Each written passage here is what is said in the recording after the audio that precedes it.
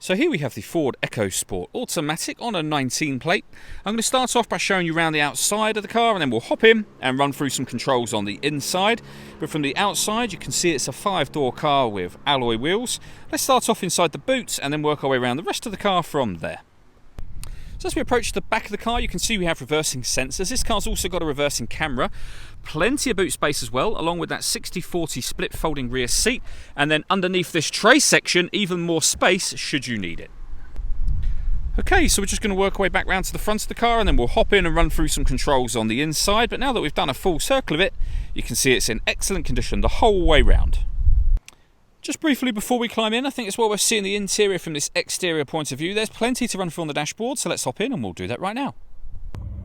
Okay, now that we're inside the car, we're going to start the dials. On the left-hand side, we have the rev counter, and on the right-hand side, the speedometer. At the bottom in the middle, you can see the fuel gauge and the coolant temperature gauge, as well as what gear this car is currently in.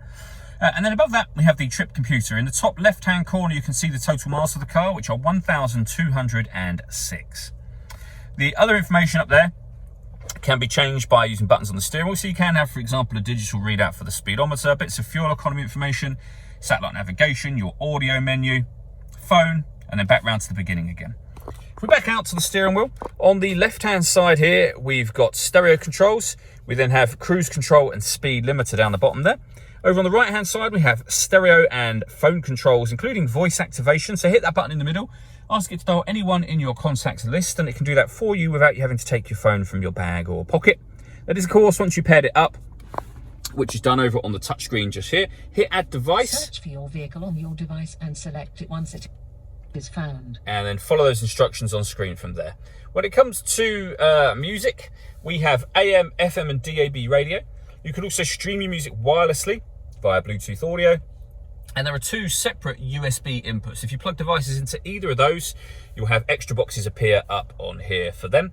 And we've got satellite navigation as well. There's a full video that shows how this works, which you can find on our website and also on our YouTube channel as well. Below that, we've got climate control, so you can adjust the temperature, fan speed, direction you'd like the air to be distributed in.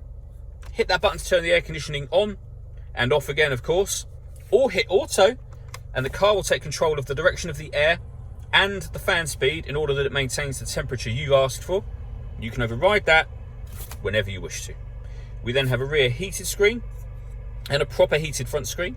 The two USB inputs that I mentioned a moment ago, and then these buttons just here. This one turns off traction control, and this one turns off stop and start. This car's designed to cut out when it's stationary in traffic to save you fuel. I've just turned that system off and then back on again.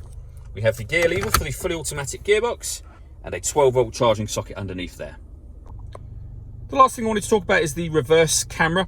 So I'll put the car in reverse already. You can see it's a full color camera, and you get these guidelines showing you what direction the car is headed in relation to the image that you see on the screen.